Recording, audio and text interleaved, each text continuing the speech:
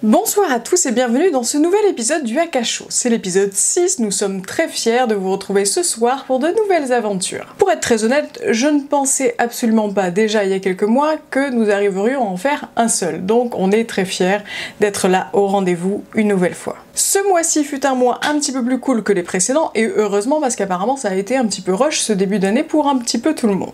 On a tous débuté 2016 avec des tergiversations du mental qui piquent un petit peu, de profondes remises en question. C'est un petit peu comme si on avait fait de l'acupuncture dans notre cerveau. Mais heureusement, on a tous continué à semer et ce fut le cas particulièrement pour la team du Akasho. Nous avons fait l'acquisition de nouveaux matériels, des micros, des éclairages, des caméras, etc.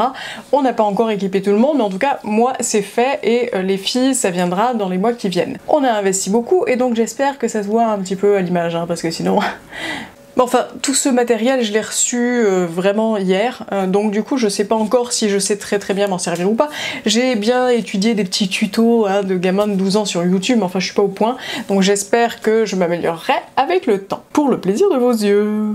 Nous avons aussi décidé de faire quelques petits changements au niveau des petites rubriques, des mini-rubriques que vous aimez bien, le câlin du mois, le grut du mois, le quoi qui se passe quelque part, etc. Toutes ces mini-rubriques vont devoir virer manu militari, car elles ne correspondent pas aux nouvelles politiques de YouTube. Nous sommes totalement en accord avec ces directives et nous respectons totalement les droits d'auteur, mais nous avons du coup décidé de ne vous proposer que du contenu exclusif dans les prochains shows. On va les remplacer par du bêtisier, des petits vlogs, des petits reportages, etc. Vous verrez tout ça dans les nouvelles émissions prochainement. Mais sans plus tarder, attaque concept spécial Saint-Valentin avec un programme tout amour. Laurie Audibert va vous aider à attirer l'amour avec la loi d'attraction. Je vais vous faire un petit topo sur les âmes sœurs et les flammes jumelles. Yoshi va vous parler de l'amour en fonction des chakras. Notre première guest, oui, on en a deux ce mois-ci, on se fout pas de votre gueule, chaque fois on surenchérit, on est trop forte. Notre première guest donc s'appelle Sylvie Hendrix, elle est thérapeute psycho-corporelle et elle va nous donner des petits conseils pour réussir une soirée à deux. Notre second guest, Sébastien Dufourc, hypnothérapeute, naturopathe et blogueur, va nous faire une petite vidéo de son cru avec 5 conseils pour être heureux à deux ou à plusieurs. Marie Ribeil va vous apprendre à développer l'amour de soi. Céline vous a fait un petit tuto spécial tableau de visualisation positive. Saïda, quant à elle, va vous expliquer les émotions d'un point de vue bouddhiste. Céline Alvarez va nous présenter la deuxième partie de sa chronique commencée le mois dernier sur les croyances. Vous retrouverez aussi mon petit tuto écolo où ce mois-ci je vais vous apprendre à faire de la lessive maison. Puis vous retrouverez du bêtisier, des mini-chroniques, le coup de cœur, le coup de gueule comme d'hab et aussi tout particulièrement en fin de show aujourd'hui, la spéciale Saint-Valentin se clôturera sur une extraordinaire Akasho Dance. Nous avons reçu toutes vos petites vidéos et Edith nous en a fait un montage assez sympa, vous verrez. Nous vous dévoilerons aussi le ou la gagnante de ce concours extraordinaire. Vous avez pu l'entendre, ce show regorge d'énergie positive et vous n'avez qu'à piocher dedans. Puis c'est gratos en plus, c'est pas beau la vie, vous êtes pas content? Tu sors. C'est parti, on commence avec la toute première chronique de ce Akasho. C'est à toi, Laurie.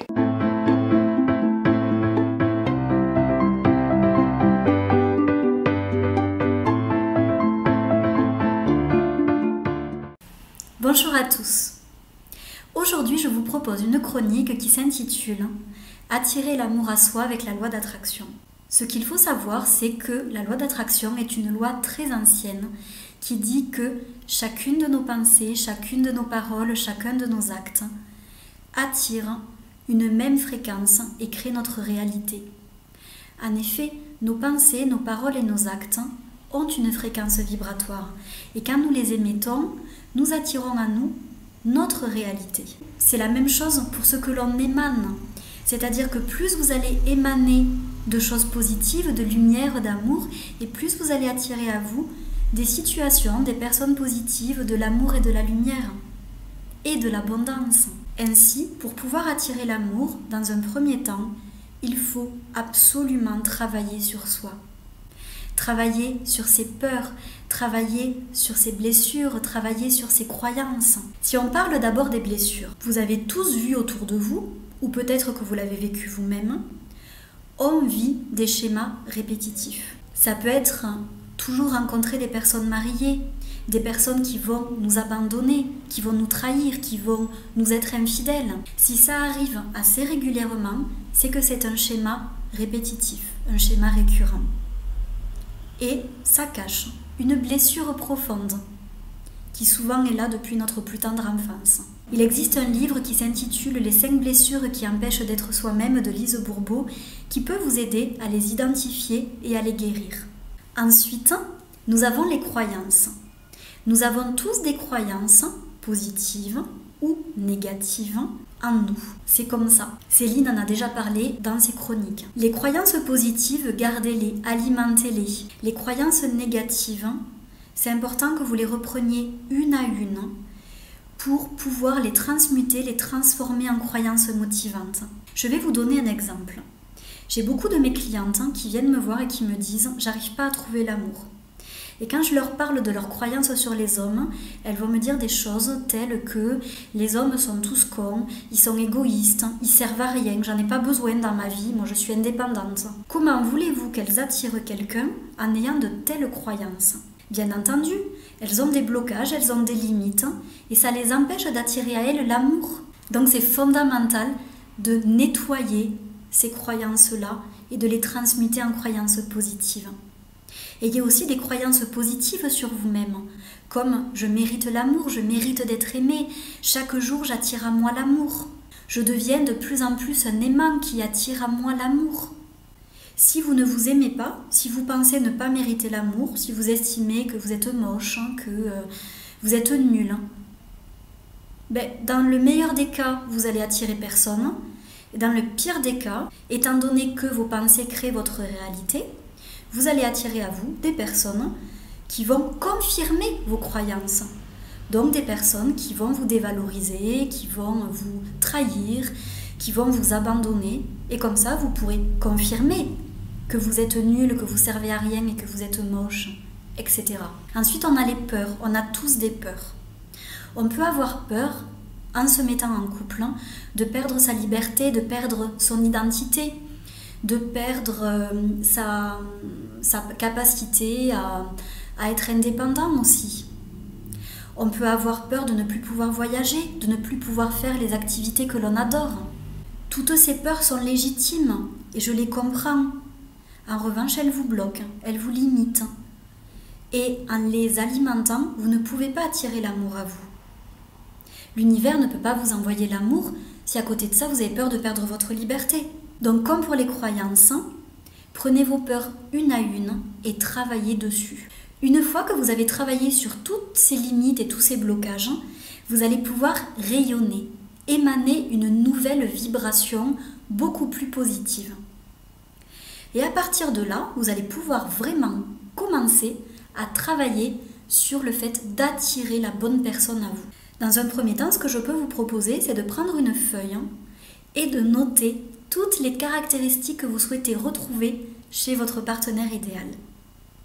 Ça peut être des qualités, des caractéristiques physiques, des valeurs qui sont importantes pour vous. Pourquoi faire ça ? Car pour pouvoir attirer quelqu'un à nous, il faut déjà savoir qui on a envie d'attirer. Si vous n'arrivez pas à noter toutes ces caractéristiques-là, ce que vous pouvez faire, c'est prendre l'exemple de vos ex et vous dire qu'est-ce qui ne me convenait pas et qu'est-ce que j'aurais préféré. Et vous verrez, ça sera beaucoup plus facile.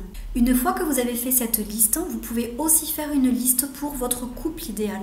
Qu'avez-vous envie de vivre dans votre couple idéal ? Est-ce que c'est une bonne harmonie ?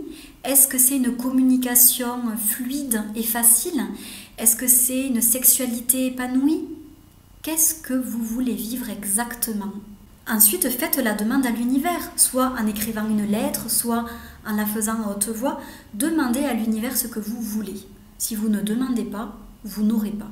Visualisez-vous avec votre partenaire idéal. Comment vous le voyez? Qu'est-ce que vous êtes en train de faire tous les deux? Où est-ce que vous habitez? Est-ce que vous avez des enfants? Est-ce que vous avez un chien, un chat?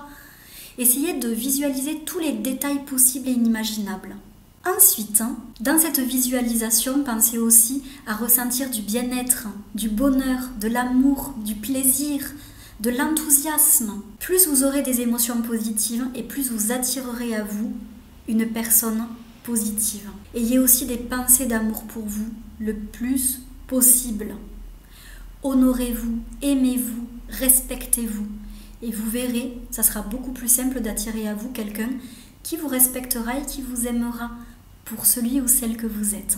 Ayez la foi. Vous pouvez être sûr que tout ce que vous demandez arrivera dans votre vie. Tout est là, tout est parfait, tout est juste. Donc si vous avez bien travaillé pour éliminer vos blocages, je suis sûre que vous pourrez attirer à vous la bonne personne pour vous. Ayez confiance vous aussi. Et faites la place pour cette nouvelle personne qui va arriver dans votre vie.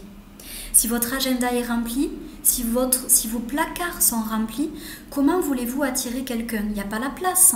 Imaginons, si votre agenda est rempli tous les jours de 8h à 22h, où est la place pour attirer votre partenaire idéal? Elle n'y est pas. Il n'y a pas de place. Donc l'univers ne vous enverra rien du tout. Ressentez aussi de la gratitude en vous. Soyez dans cette capacité de recevoir. Si vous ne savez pas recevoir, si vous vous fermez à l'éventualité d'être en couple, même si vous en avez envie à l'intérieur de vous, vous pouvez très bien avoir mis une armure de protection tout autour de vous, vous ne pourrez pas recevoir. Donc il faut enlever l'armure, il faut vraiment être dans cette capacité de réceptivité pour pouvoir attirer l'amour à vous. Et pour finir, un point très important, agissez pour manifester vos rêves. Dans Loi d'attraction, nous avons un mot qui est action. Juste penser, juste faire la demande à l'univers, ça ne suffit pas. Il faut agir. Agir, c'est quoi? C'est sortir de sa zone de confort, c'est prendre des risques, c'est s'inscrire sur un site de rencontre, c'est participer à des speed dating, c'est faire des soirées avec ses amis, aller en boîte, aller dans des bars. Faites ce que vous voulez, mais agissez pour rencontrer la personne que vous souhaitez attirer dans votre vie. Si vous n'agissez pas, vous n'aurez rien du tout. Si vous attendez que la personne sonne à votre porte, vous pouvez attendre longtemps, à part si le facteur est l'homme de votre vie. Peut-être, pourquoi pas? Mais agissez. J'espère que tous ces petits conseils vous auront été utiles. Et si vous les mettez en place assez rapidement, je suis certaine que vous allez attirer l'amour dans les semaines ou les mois à venir. Je vous souhaite plein de bonheur, plein d'amour sur le chemin de votre vie. Et je vous dis à très bientôt. Prenez bien soin de vous. Merci Laurie. On continue pour les petits célibatants et après tout, ceux qui sont en couple aussi, ça peut vous intéresser. Je vous ai fait une chronique sur les âmes sœurs et les flammes jumelles. Vidéo.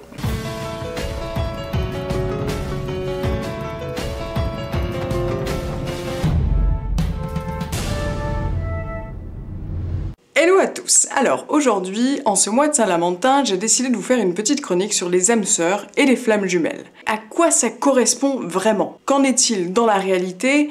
Comment arriver à les reconnaître, etc. On a tous lu des bouquins sur le sujet, on sait tous plus ou moins ce que c'est, ça a l'air super mignon, super romantique, et donc du coup, on en est tous friands.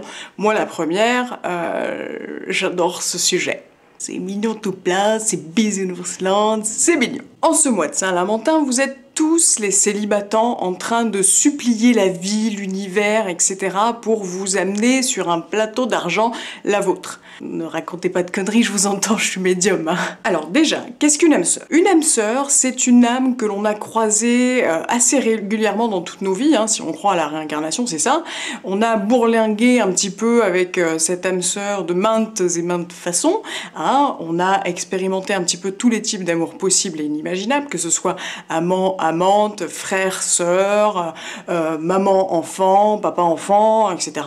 On a vraiment expérimenté tous les types d'amour possibles. L'amitié aussi, ça en fait partie. Cependant, dans âme sœur, il y a sœur dedans.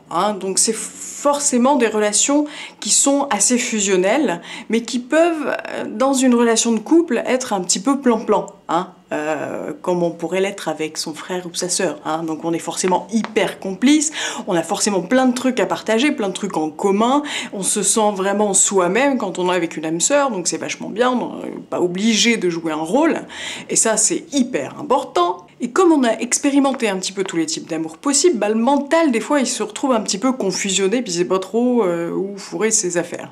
Donc on sait pas trop si dans cette vie-là, c'est une relation d'amitié, une relation d'amour, une relation fraternelle, etc. Donc du coup, on est un petit peu dans l'expectative et on sait pas du tout comment trop se situer par rapport à ça. On sait pas trop comment qualifier l'amour un petit peu inconditionnel qui s'exprime, parce que quand on croise une âme sœur, bah on l'aime. On sait pas trop comment, ni pourquoi, ni comment, pourquoi, qu'est-ce, mais on l'aime. Presque instantanément en plus. Il y a un petit quelque chose qui nous relie, hein, c'est ce qu'on pourrait appeler dans le jargon spirituel, machin truc, une mémoire karmique, mais enfin quand on s'en souvient pas, ben on est quand même un petit peu dans la merde, hein. Je dis ça, je dis rien.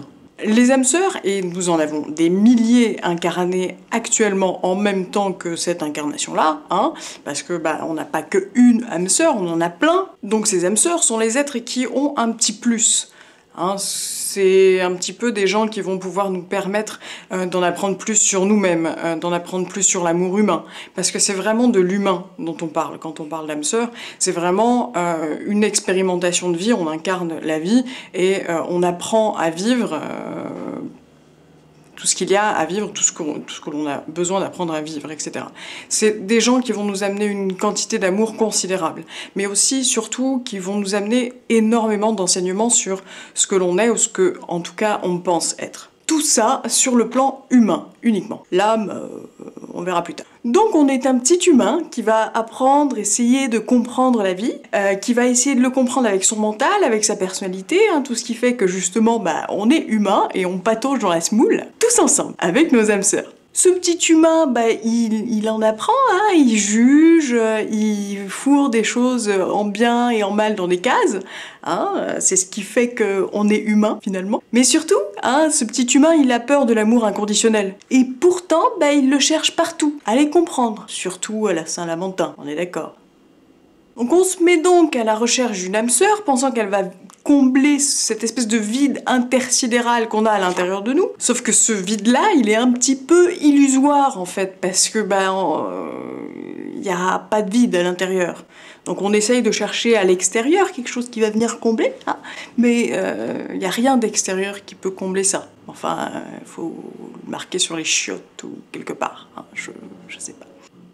Nous avons tous en nous l'amour inconditionnel, sauf que le mental, le jugement, l'ego, la personnalité, hein, tout ça, c'est exactement la même chose, on rappelle comme on veut, mais ça nous le cache. Du coup, la vie nous met sur notre route, hein, des gens qui vont nous apprendre à aimer, nous apprendre à essayer de saisir ou de comprendre ce qu'est l'amour, hein, au sens humain. On rencontre donc des âmes sœurs, ça se passe plus ou moins bien, hein.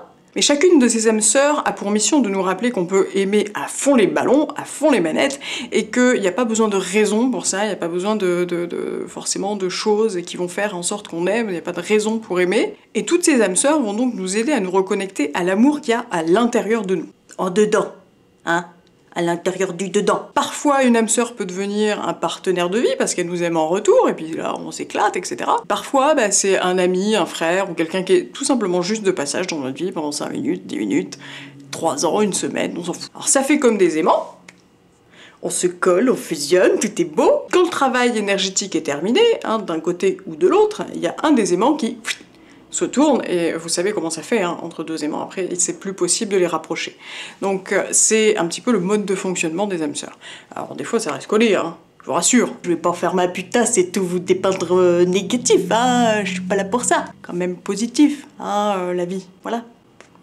Alors souvent, quand l'aimant se tourne, comme ça, c'est un petit peu le bordel, hein. Ça crée des remous dans la force, donc des fois ça fait des gros clashs avec pertes et fracas.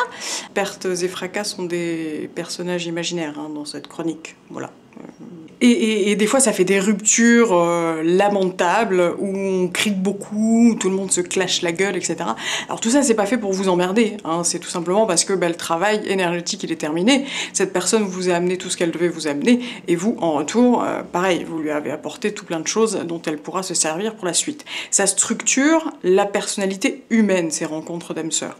On est avec une âme sœur pendant un temps, ou même toute la vie, hein, et on apprend toujours continuellement sur le petit côté humain que l'on a. Ça vous aide à expérimenter la matière, la vie, mais aussi à devenir la meilleure version de vous-même. Que cela se fasse dans le monde des bisounours, ou dans le monde de what the fuck, espèce d'enculé de ta race de merde, tu m'as fait souffrir. C'est pas grave. Ce qui m'amène à la différence donc avec une flamme jumelle. Alors, les lecteurs de mon blog savent à quel point j'ai ramé longtemps à chercher la mienne. J'ai lu je ne sais combien de bouquins, je me suis renseignée sur plein de trucs, j'ai été voir plein de mecs qui m'ont donné plus ou moins des trucs intéressants et puis d'autres non. Je crois qu'aujourd'hui, forte de, je pense, au moins 16-18 ans de recherche à ce niveau-là, je pense avoir trouvé un peu plus de réponses. En tout cas, j'en ai une idée à peu près un peu plus précise. En gros. Une âme sœur, on l'a dit plus tôt, est là pour nous aider à avancer sur le plan humain. Une âme jumelle, c'est tout le contraire. C'est-à-dire que avec une âme jumelle, il n'y a pas d'humain dedans. Zéro humanité à l'intérieur. On est deux personnes, incarnées à des endroits différents, vivant des expériences différentes. C'est une âme qui s'est a priori séparée en deux au moment de son incarnation et qui a atterri donc dans une moitié dans deux personnes séparées. Donc ces deux personnes portent la même âme identifiée au plan humain, mais donc avec les mêmes bases, mais comme c'est dans deux personnes totalement différentes, ça va être toutes les choses que porte cette âme, toutes les missions, etc., vont être expérimentées de différentes façons. Donc on peut être artiste, par exemple. Les deux personnalités sont des artistes, parce que l'âme a une âme d'artiste, quelque part. Oh, c'est mignon ce que je dis. Une peut faire, je sais pas moi, de la peinture, et l'autre peut être chanteuse. On pourrait penser que l'idée première, c'est de reprendre les deux espèces de morceaux de cette âme pour les scinder en une. Non. Que nenni. J'ai essayé, ça marche pas. En gros, le but des âmes jumelles, c'est que cette âme est venue expérimenter 2 fois plus. C'est-à-dire qu'en étant présente dans deux êtres complètement différents et qui expérimentent pas du tout les mêmes choses dans leur vie, l'âme, elle va faire un gros boost. C'est-à-dire qu'elle va expérimenter plein de trucs, la vie elle-même va expérimenter au travers de ces deux personnalités plein de choses différentes. Et donc du coup elle aura des milliards de trucs en plus à observer et à regarder.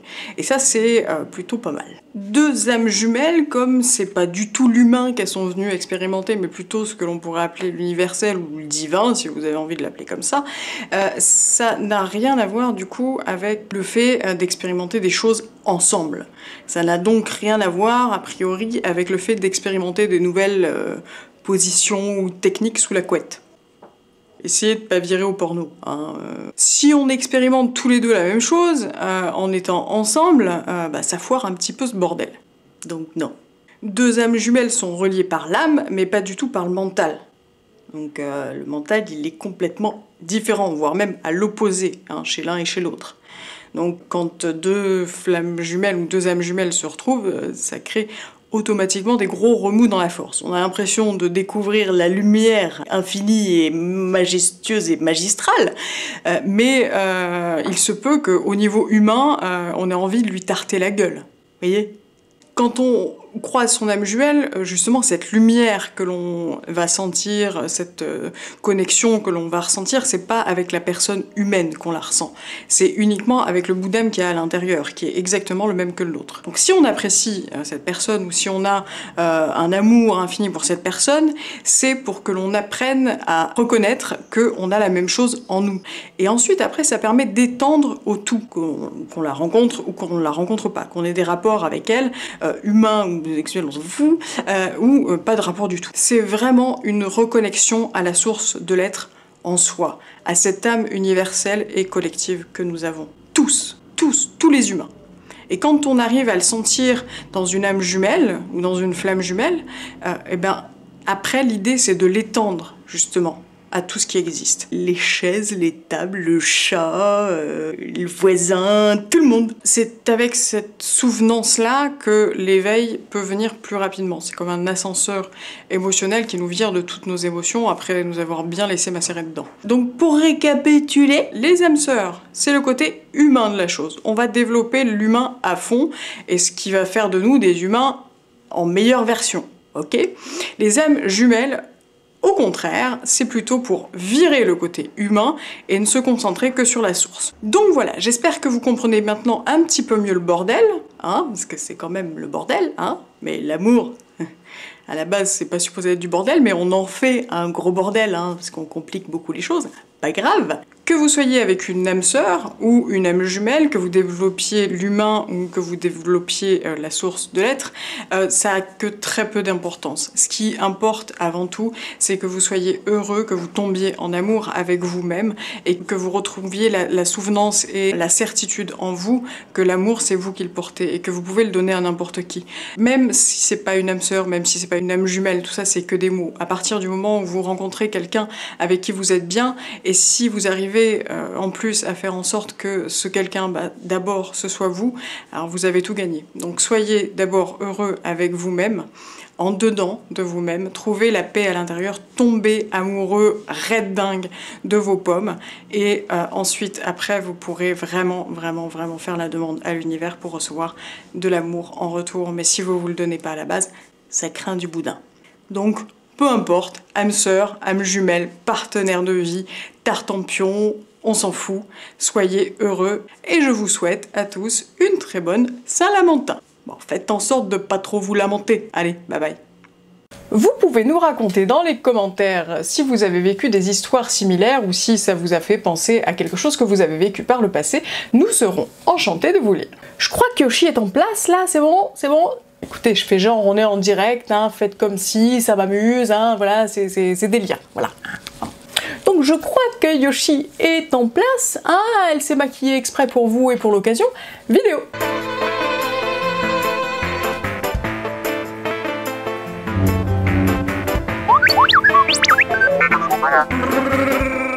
Bonjour, je suis ravie de vous retrouver pour cette nouvelle chronique de En quelle étagère. Alors aujourd'hui, donc pour cette spéciale Saint-Valentin, vous vous en doutez bien, je vais vous parler d'amour. Mais l'amour, bien sûr, vous commencez à me connaître sous forme d'énergie. Alors on va commencer déjà par se mettre d'accord sur un point. Moi je vous parle de l'amour sous sa forme vibratoire et énergique.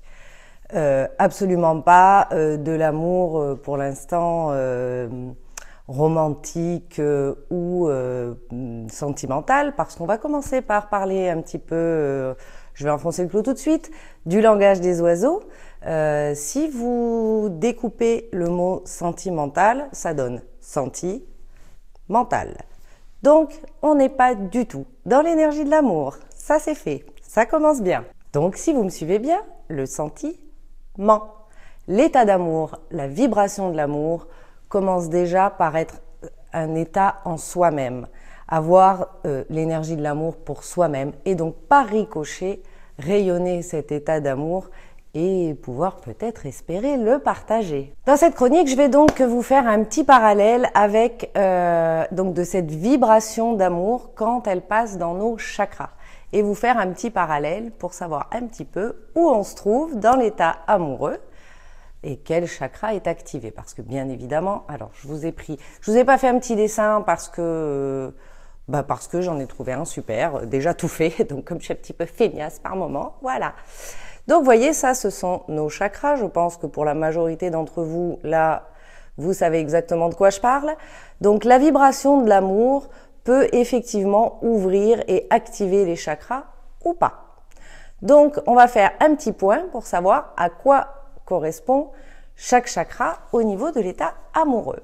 On va donc commencer, alors pour ceux qui ne sont pas super au courant, on va donc commencer par celui-ci, le chakra racine, qui est vraiment relié aux forces de la terre, à l'énergie tellurique, à la matière. Donc alors quand on est dans la vibration du chakra racine, On est dans de l'instinct de survie, dans de la pulsion sexuelle matérielle brute. Ça veut dire que là, on n'est pas dans la réflexion, on est vraiment, c'est un volcan là, poum, celui-là il s'allume. J'ai envie de vous dire, là faut passer à l'acte, rapide, sans jugement, sans voilà. C'est le chakra racine, c'est vraiment, j'ai envie de dire presque une pulsion animale. C'est quelque chose qui est nécessaire pour que, de toute façon, pour pouvoir monter, faire monter l'énergie dans les autres chakras.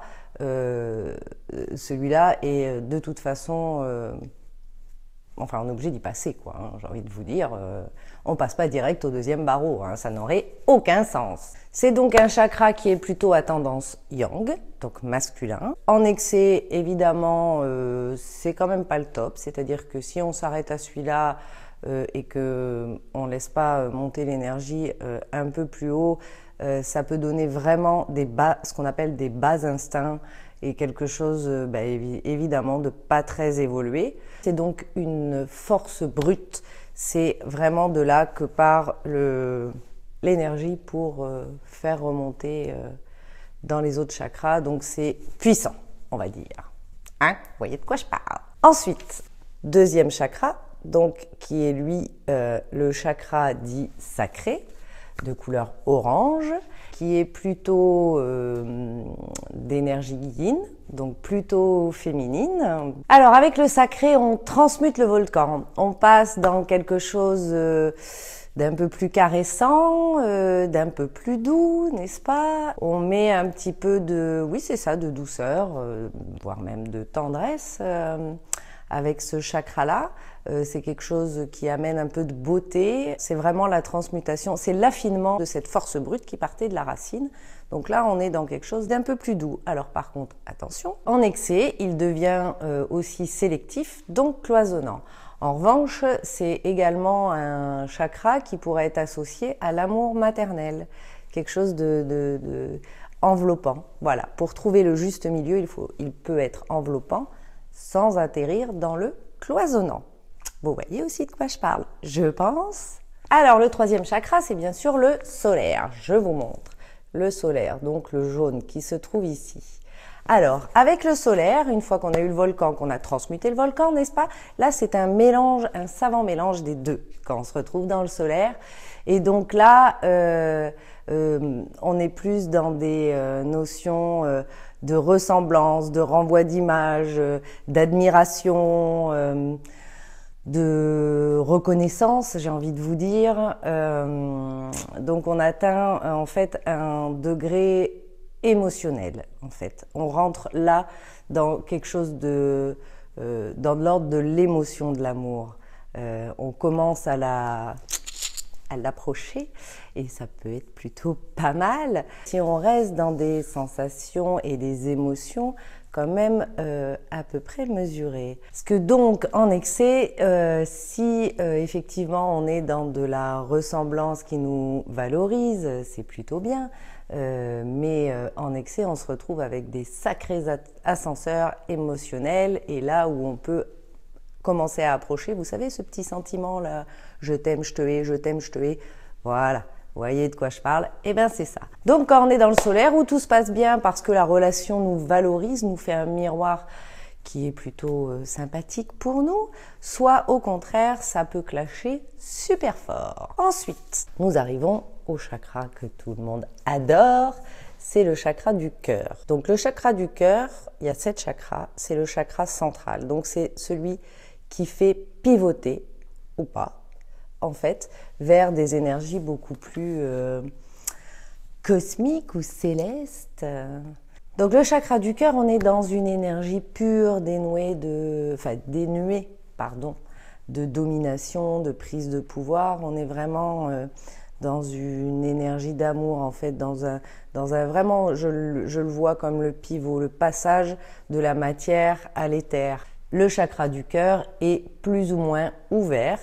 La seule dysfonction qu'il puisse y avoir, c'est que effectivement il soit à tour fermé ou que l'énergie passe très peu pour tout un tas de raisons, hein, notamment des déceptions amoureuses à répétition. Enfin, de toute façon, quand on laisse notre chakra du cœur fermé, c'est qu'on est en protection rapprochée, voyez-vous, pour soi-même. D'où l'intérêt de commencer à l'ouvrir pour soi-même, pour que le pivot soit bien aéré, que l'énergie passe bien pour soi, et ensuite, et seulement ensuite, en fait, il peut générer une énergie ouverte. Alors ensuite, on monte dans des énergies un petit peu plus raffinées, voyez-vous. Donc là, voilà, nous sommes dans le chakra de la gorge, donc le chakra bleu. Donc là, on arrive dans quelque chose, dans une vibration, on commence à être vraiment dans un raffinement au-delà, c'est-à-dire que là, on est dans de la vibration de tendresse des mots, de poésie, de quelque chose de très doux, de très raffiné. En excès, ça donne plutôt des cris, des jets d'objets, des insultes. Ça peut tourner vinaigre et forcément, là, dans ce cas-là, nos paroles ne sont pas du tout raffinées, pas du tout poétiques. Vous voyez toujours de quoi je parle, j'imagine. Prenez soin de votre chakra du cœur déjà pour vous-même, parce que si l'énergie squeeze le cœur et monte, même si c'est des énergies, après quand on monte, ça devient des énergies plus raffinées, ça peut à l'inverse basculer totalement du côté obscur de la force. Vous avez écouté Yoda ou pas? Donc on passe maintenant au chakra du troisième œil. Alors donc celui-ci. Donc l'œil du cœur, il transcende la matière, c'est de la force d'amour au-delà des 5 sens. C'est l'amour humain relié à notre âme, donc qui pourrait renvoyer en fait des vibrations d'amour. C'est vraiment notre manière de voir les choses, c'est-à-dire qu'on n'est plus dans une énergie d'amour visuel. Là, pour le coup, on transcende la matière. On reste dans de l'amour praticable sur Terre. Mais en fait, notre vision n'est plus du tout la même. On est dans une perception de l'amour qui est vraiment à son plus haut degré. Et enfin, nous arrivons au chakra couronne, 7e chakra. Où alors là, on est clairement dans de l'amour inconditionnel, ce qu'on peut appeler l'état Bouddha. Donc là, on transcende la matière, on transcende la vie sous toutes ses formes, on est un avec tout, on est vraiment dans de l'amour inconditionnel. Donc là, évidemment, pour une Saint-Valentin et pour une relation de couple, on s'en fout un peu parce qu'une fois qu'on en est là, de toute façon, l'amour physique n'a plus aucune sorte d'intérêt. Ni de près, ni de loin, on s'en fout. C'est pas compliqué, on s'en fout. L'idée étant en partant d'une relation purement physique et matérielle, de basculer dans un état spirituel en fait. L'orgasme ouvre les portes du ciel et ouvre l'accès à certaines dimensions. D'où l'idée de l'amour sacré, des relations d'amour sacrées ou divines, ou voilà. Et tout ce qui est spirituel et tout ce qui est de l'ordre du cosmique vient descendre dans la matière. Vous voyez un peu l'idée ? Hein ? Alors l'idée, c'est bien sûr pas d'aller faire des positions cheloues en vous mettant la tête en bas. Hein. Ça ne changera rien, on est bien d'accord. L'idée serait plutôt de mettre un peu plus de conscience dans nos actes et dans ce que nous faisons d'une manière quotidienne, mais évidemment également dans notre relation amoureuse et y compris dans notre relation amoureuse physique, dans les moments intimes. Parce que cette conscience-là étant amenée, en fait, ça nous permet de faire monter l'énergie dans des chakras beaucoup plus hauts et beaucoup plus évolués, beaucoup plus fins et raffinés, et donc pour nous-mêmes de nous faire atteindre un état de grâce, j'ai envie de dire. Au moment de la préadolescence, adolescence, poum, on a le rouge qui s'allume, et puis après 2-3 petites peut-être expériences, hop, le orange, hop, le jaune, enfin voilà, et ça monte crescendo, et en toute logique, dans une évolution, j'ai envie de dire, fluide, plus on avance en âge et plus on affine la chose. Donc je vous laisse continuer à affiner. Ciao les amis, à bientôt. Merci Yoshi. Vous remarquerez qu'on est deux à avoir jusqu'à présent bifurqué du côté de la couette de la force. On n'a pas fait exprès et le fait que nous soyons blondes toutes les deux est totalement indépendant de notre volonté. Hein, donc voilà, ne nous jugez pas s'il vous plaît. Merci. C'est l'heure du coup de gueule et du coup de cœur du mois. Mon coup de cœur va ce mois-ci à un article du site glamourparis.com qui nous dit que plus on fait l'amour, plus on est susceptible d'avoir de beaux cheveux. Donc si vous voulez des cheveux aussi beaux que les miens, hein, vous savez ce qu'il vous reste à faire. Ok d'accord. Mon coup de gueule ce mois-ci c'est pour le plagiat. Hein, on sait tous que quand on se plaint, etc., on dit c'est la rançon de la gloire, etc. C'est vrai, c'est pas faux, et c'est très très flatteur souvent de se faire plagier. Ceci étant dit, moi j'ai aucun problème avec ça, mais ce qui m'énerve personnellement, c'est que les gens qui plagient ont des trésors, ont des trucs extraordinaires à dévoiler au monde, et nous en tant que spectateurs, quand on regarde quelque chose qui est une pâle copie ou une imitation de quelqu'un d'autre qui le fait plus ou moins bien, on loupe vraiment quelque chose, on loupe la découverte d'une personnalité absolument géniale et c'est dommage parce que ces personnes-là manquent de confiance en elles pour sortir ce qu'il y a de joli et de mignon à l'intérieur d'elles-mêmes. Donc essayez pas de ressembler à un tel ou un tel, ils se démerdent comme ils peuvent, exactement comme vous, et c'est en offrant au monde cette particularité, cette différence que vous pouvez l'enrichir. Donc allez-y, faites à fond ce que vous portez et ce que vous êtes venu faire ici. Voilà. La suite, nom de Zeus. C'est l'heure maintenant du bêtisier de la team. Je vous offre un florilège des meilleurs moments que je trouve dans les rushs vidéo que m'envoient les chroniqueuses à chaque nouvelle émission.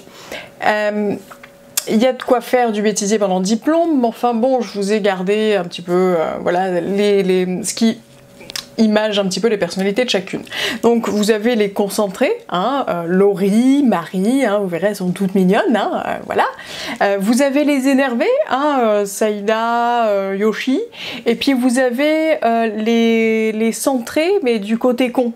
Voyez, je pense détenir la palme, malheureusement, et Céline est pas mal non plus dans le genre. À vous de juger et à vous de voir, vidéo.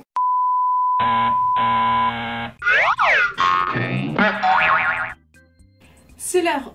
C'est l'heure. C'est le... Je pourrais me mettre au bêtisier, hein, Parce que si nous chantons... Parce que... Ah! Parce que si nous...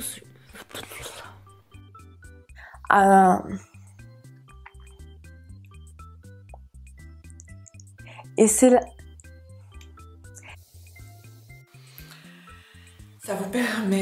Ça peut être utilisé, pardon, dans les rhinopharyngites. Et je recommence parce que ça m'énerve. J'ai la vague impression d'effectuer un pétage de plomb au niveau de ma personne. Je suis naze en inbox. Franchement, ça craint. Facilité et de notre résignation. Voilà, ça c'est mon explication à moi. Putain, c'est pas possible, j'ai encore 10 rubriques à la place de chronique. Je m'auto-blase. J'avoue que le bordel, c'est pas possible quoi. 7 chats, 7 chats, merde.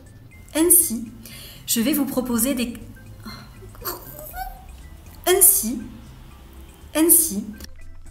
En évolution ou ou en excès, où là je me mélange totalement les pédales, fait chier. prenez bien soin de vous. Tu enlèves le prenez bien soin de vous, je reprends. À bientôt, hein? À bientôt, hein? À bientôt quelque part, hein? Ta gueule! À bientôt. Je sais pas si... Enfin, si, c'est assez clair. Si, c'est super clair, non? Enfin... Une de ses compétences. Elle a indiqué... Blablabla, je recommence, j'en ai marre. Ah, je m'ai fait peur.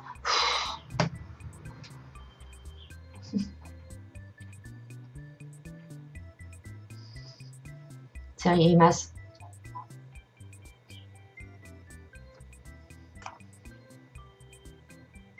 Alors, en résumé, pour survivre à vos repas de famille, câliner, éviter les phrases qui puent.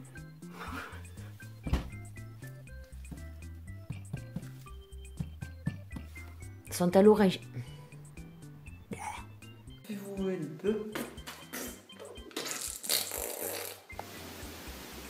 Bonjour à toutes et à tous.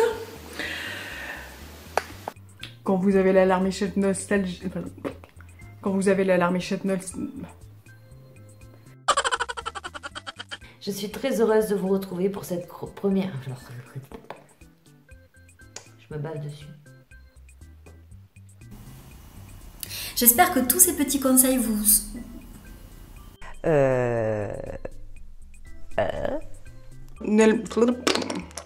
Ainsi, je vais vous proposer des... Je vais y arriver. Oui, je vais y arriver.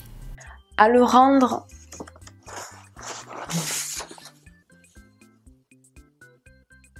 Pour mettre en place un environnement plus serein, plus apaisé et blablabla. Alors, comme c'est le temps des fêtes, nous avons... ni J'ai encore fait avec de la récolte. Putain, je m'en mêle encore, c'est pas vrai. Et pour finir, on va également travailler sur... Et pour finir, on va également... Donc, ça sert peut-être pas à grand chose que je développe celui-là, voyez-vous, à moins que vous vouliez devenir des bouddhas, mais bon, bah, dans ce cas-là, c'est pas moi qu'il faut voir. et c'est là que se niche. Ce n'est pas possible. Bonjour.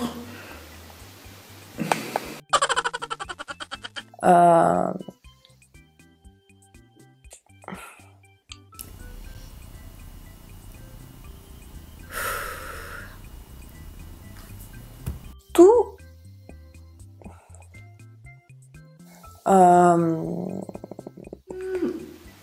Et c'est le numéro, je ne sais pas combien. Donc, bonsoir. On sait jamais, sur un malentendu ça peut marcher.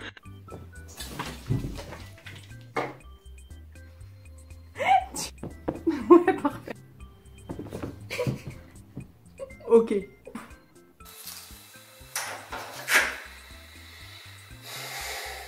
C'est occupé? Oui, ça enregistre. Oh, je suis désolé, mon amour. On va commencer à aller. Le 9e. Oh, le 9e. Le Pompéla. On fusionne à un moment donné et puis... Descends. Descends de là. C'est pas grave, c'est rigolo. Ok.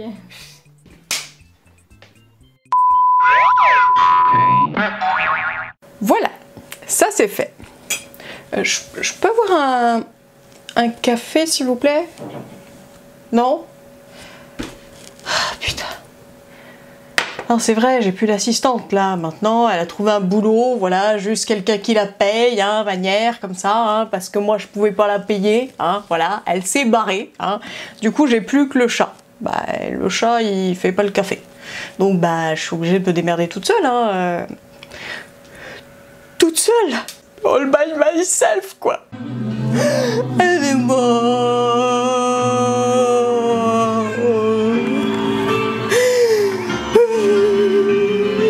Bref, la suite. C'est l'heure de recevoir nos guests du mois. On commence tout de suite avec la première, Sylvie Hendrix, qui est la mère de ma meilleure amie Poulet. Ceux qui lisent mon blog connaissent ce prénom-là. Voilà, c'est le poulet suprême. Vous êtes mes petits poulets et elle, c'est le poulet suprême. Hein, c'est un suprême de poulet. Bref, elle est thérapeute psychocorporelle et elle nous a fait une petite chronique sur comment réussir une soirée à deux quand on est en couple. Cette chronique est suivie d'un petit porte-nawak, hein, mais bon. Je n'y suis pour rien. Vidéo. Coucou à tous, c'est Alice, je vous présente Sylvette. Bonjour à tous. Nous sommes actuellement à l'Éco-Hameau de Barthez, chez Sylvette, qui va nous présenter aujourd'hui, on est en plein tournage, et qui va nous présenter aujourd'hui une petite chronique qui sera diffusée dans le show de février, pour la spéciale Saint-Valentin. T'es prête? Prête. Ok, c'est parti, on y va. Allez, à tout de suite.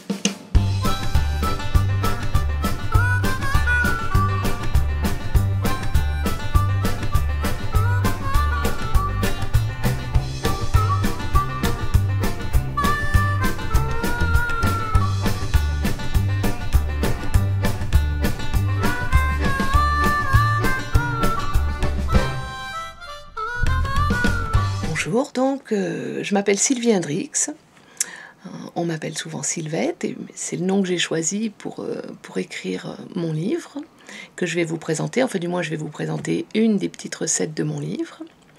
C'est un livre sur les couples. Je suis thérapeute psychocorporelle et je reçois beaucoup de couples, essentiellement des couples d'ailleurs. Et donc dans ce livre, il y a un tas de petites recettes, il y a les pièges à éviter quand on est en couple. Donc j'ai décidé de vous présenter une recette qui s'adresse vraiment à tous les couples.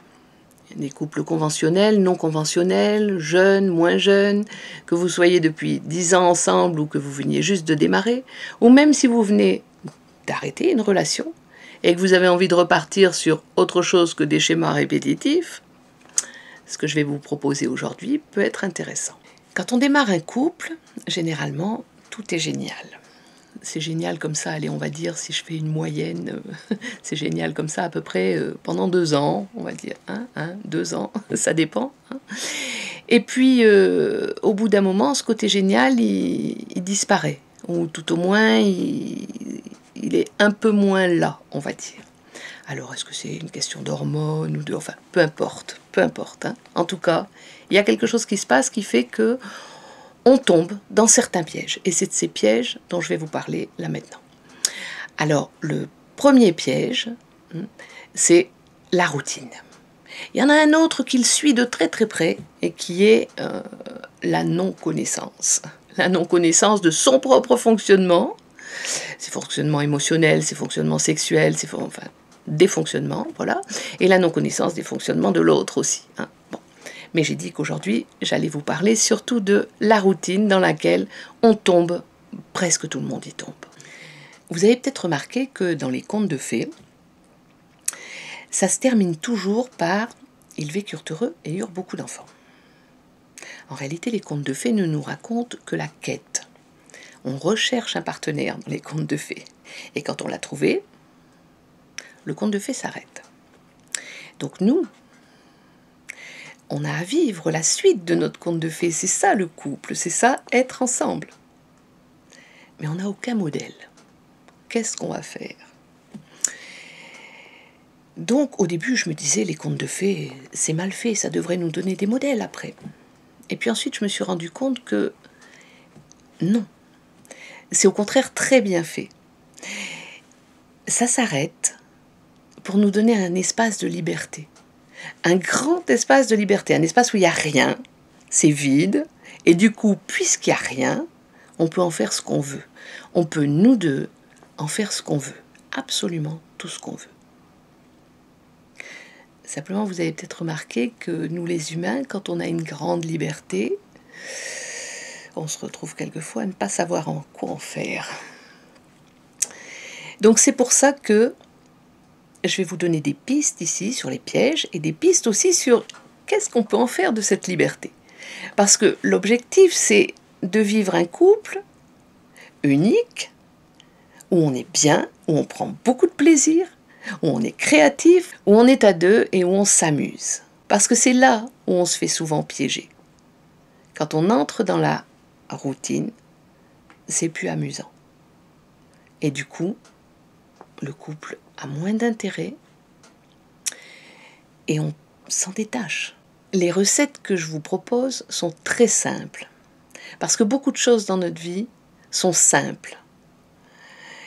Et on ne s'en rend pas vraiment compte. On a pour réaliser notre couple un allié super précieux. Cet allié, c'est ça.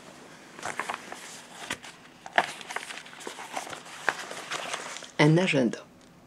Alors ça, c'est un agenda papier, hein, mais vous avez aussi ça, l'agenda sur téléphone. Ok, un agenda, c'est la première chose que vous avez à utiliser pour appliquer les recettes dont je vais vous parler. Alors pourquoi un agenda? C'est parce que il faut prendre rendez-vous. Vous avez remarqué que des rendez-vous et des agendas, on s'en sert en permanence. On s'en sert pour aller chez le coiffeur, pour aller retrouver ses copines, pour aller retrouver ses copains au sport. On s'en sert tout le temps, tout le temps, tout le temps. Avec son amoureux ou son amoureuse, on s'en sert aussi.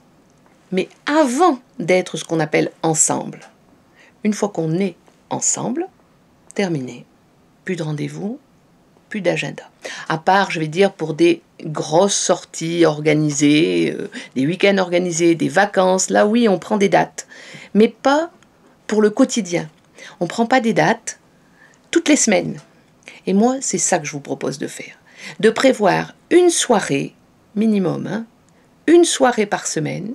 Vous prenez tous les deux votre agenda. Vous regardez en fonction des disponibilités de l'un, de l'autre, et vous vous réservez une soirée.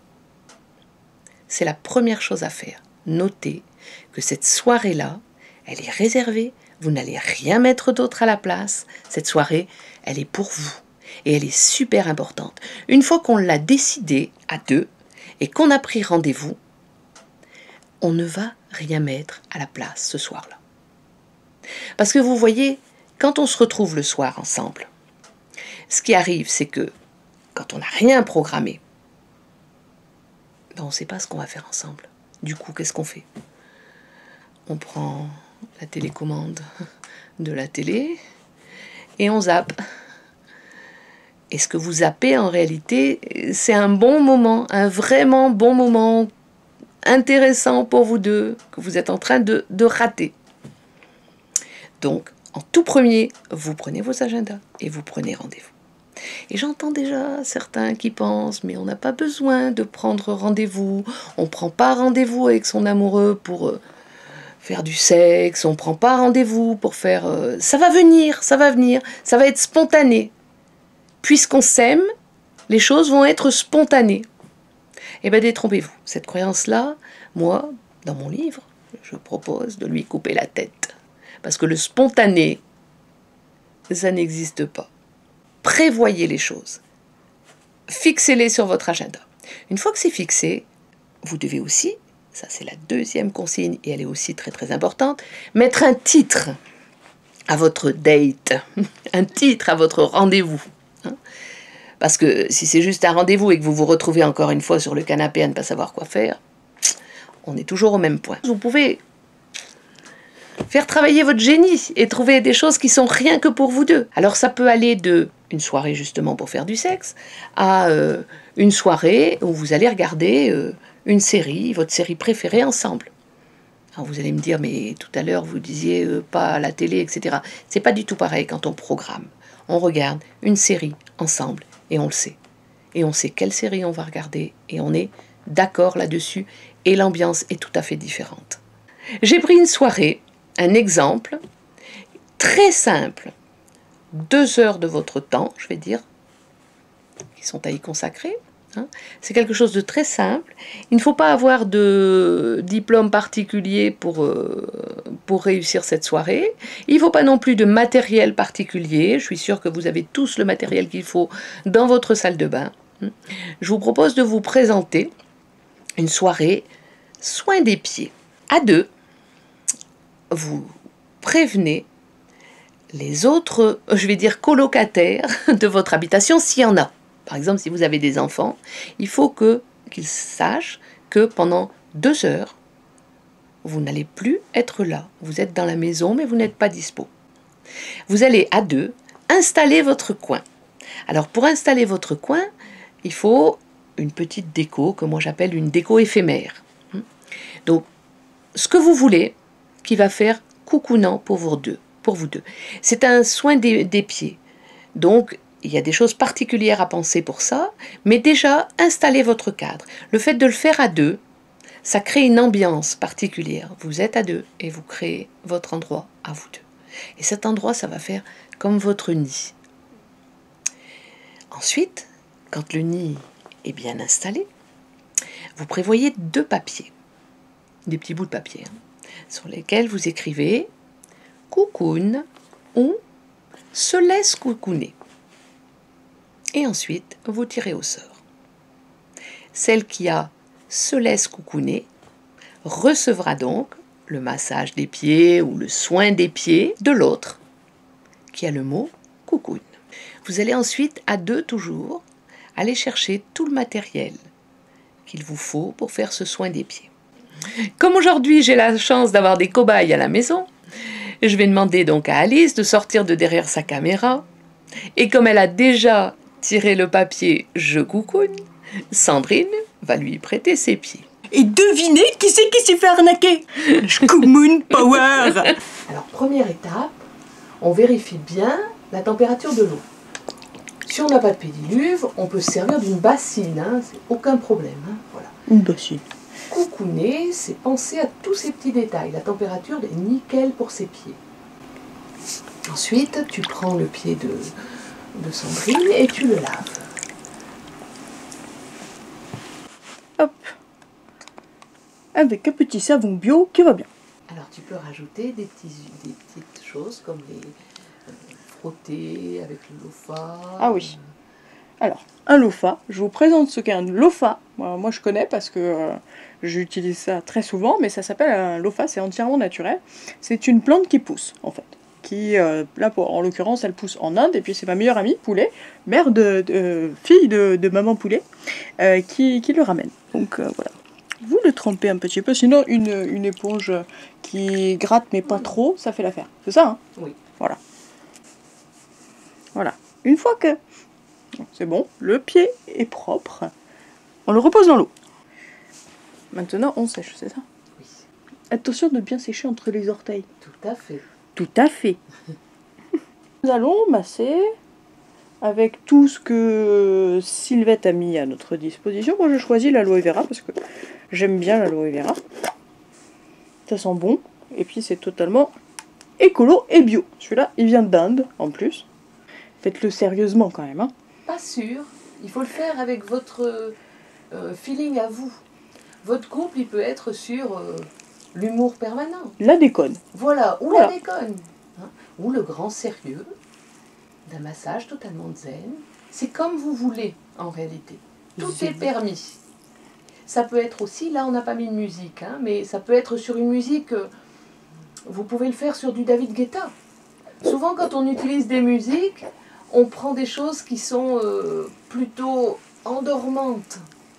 Mais là on est en train de faire un soin, on est en train de coucouner l'autre, et ça peut être aussi pour lui réveiller les pieds, pour qu'après il puisse aller danser. C'est vraiment ouvert à votre créativité.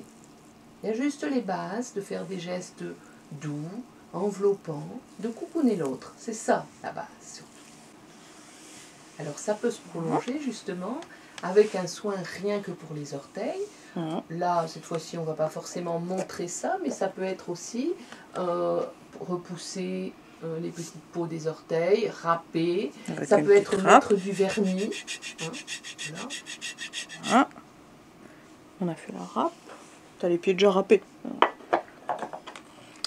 Repousser les petites cuticules avec ce genre de petit instrument. Voilà, oui. Le petit truc cuticule. J'aime bien, c'est que il n'y a pas de cuticules. Ah si. Ah, j'ai trouvé des cuticules. Je m'éclate d'enlever les cuticules. Ah, des petites cuticules. Mais où que sont les cuticules? Ils sont dans le pédiluve maintenant. Je fais n'importe quoi. Ensuite, tu sèches bien, donc, enfin, tu reposes le pied de l'autre côté du pédiluve. Du pédiluve. Voilà. On peut mettre du vernis. Tu vas aller chercher, là je vais t'aider, hein, mais tu vas aller chercher donc les serviettes. Les serviettes de cette sorte. Hop. On reprend le petit pied de madame. Ou de monsieur, hein, parce que peut-être que les messieurs auront eu plus de chance que moi et n'auront pas tiré comment dire, le coucouneur, hein, parce que je rappelle que c'est une arnaque monumentale, à ne pas reproduire à la maison. Non, je déconne. C'est vachement sympa. Hop. Nous entourons le pied pour qu'il soit tout mignon. Ça, on ne le voit plus. Voilà, ça devient froid, donc j'enlève. Voilà. Toc toc. Ce petit tuto pied, massage, cocooning, soirée à la maison, on l'a fait. Hein. J'ai testé et approuvé, c'est très bien. Et je rends tout de suite la parole à Sylvette. Bon, donc pour conclure, j'ai envie de vous dire que aimer, c'est un art qui s'apprend tous les jours. Et aimer, c'est s'aimer soi-même et aimer l'autre. Alors cet art, ça se fait en conscience, hein. C'est avec beaucoup de vigilance, mais pas de contrôle, beaucoup de technique et pas de manipulation. Alors je compte sur vous pour essayer, si vous êtes en couple, ce qui vient d'être présenté, et puis pour faire un tas de retours là-dessus dans les commentaires. Je vous souhaite une bonne soirée à deux. Au revoir, peut-être à une prochaine fois. Merci Sylvie. C'est l'heure de recevoir notre second guest de ce mois-ci, j'ai nommé Sébastien Dufourcq, qui est blogueur invétéré et qui est aussi un lecteur des tribulations médiumniques depuis, je crois, le début. Donc vous dire à quel point il est courageux. Il est aussi très courageux de nous avoir tout fait lui-même pour cette mini-chronique et il va de suite vous donner les 5 conseils pour être heureux à 2 ou plus. Vidéo.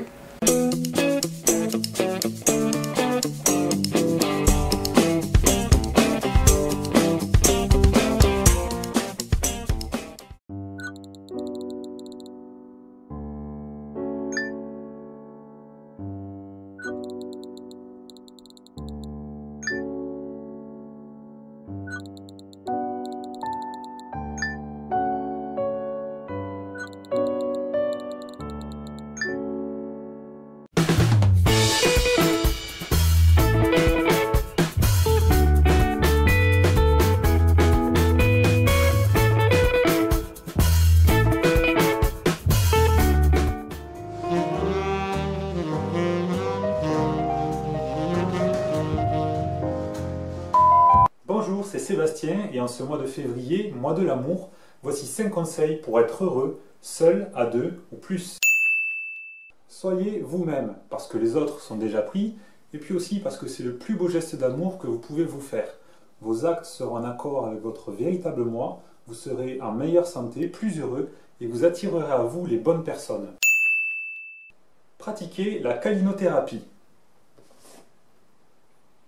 Câlinothérapie, thérapie consistant à procurer des câlins à volonté qui, par l'effet de doses répétées d'ocytocine, induit une inhibition de l'activité de l'amygdale limbique, donc de la peur, de l'anxiété et du stress, favorisant le comportement protecteur via la dopaminergie, élevant le niveau de confiance, de l'empathie, de la générosité et du lien social.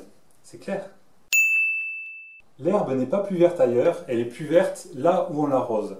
Soyez reconnaissant pour ce que vous avez, et n'oubliez pas que vos pensées sont créatrices et réfléchissez bien à tout ce que cette énergie va alimenter. Faites attention à ce que vous voulez ou ne voulez pas, car vous risquez de l'obtenir. Bonne nouvelle, la spiritualité est compatible avec la sexualité. Alors que pendant des siècles la religion a posé beaucoup d'interdits, aujourd'hui la banalisation de la pornographie apporte une vision malsaine et irréaliste de la vitesse à laquelle un plombier peut intervenir. L'amour avec les mains, c'est bien, mais à 2 ou plus, c'est mieux. Ma chérie? Oui? Je bloque sur le 5e point, t'aurais pas une idée? Ce n'est pas la taille qui compte? Comment ça? Comme disait Maître Yoda, la taille importe peu. Peu importe la taille de votre voiture, votre compte en banque, votre maison, votre ou vos ce ne sont pas les apparences ou ce que vous possédez qui comptent, mais ce que vous êtes. Et n'oubliez pas qu'en amour, le résultat de 1 plus 1 vaut beaucoup plus que 2. Merci Seb, j'adore ton t-shirt et je crois que si je perds encore quelques petits kilos, je vais le réquisitionner. T'es prévenu. C'est maintenant l'heure de rejoindre Marie Ribel au pays des bisounours et elle va nous apprendre aujourd'hui à apprécier d'être avec soi-même et à cultiver l'amour de soi. Vidéo.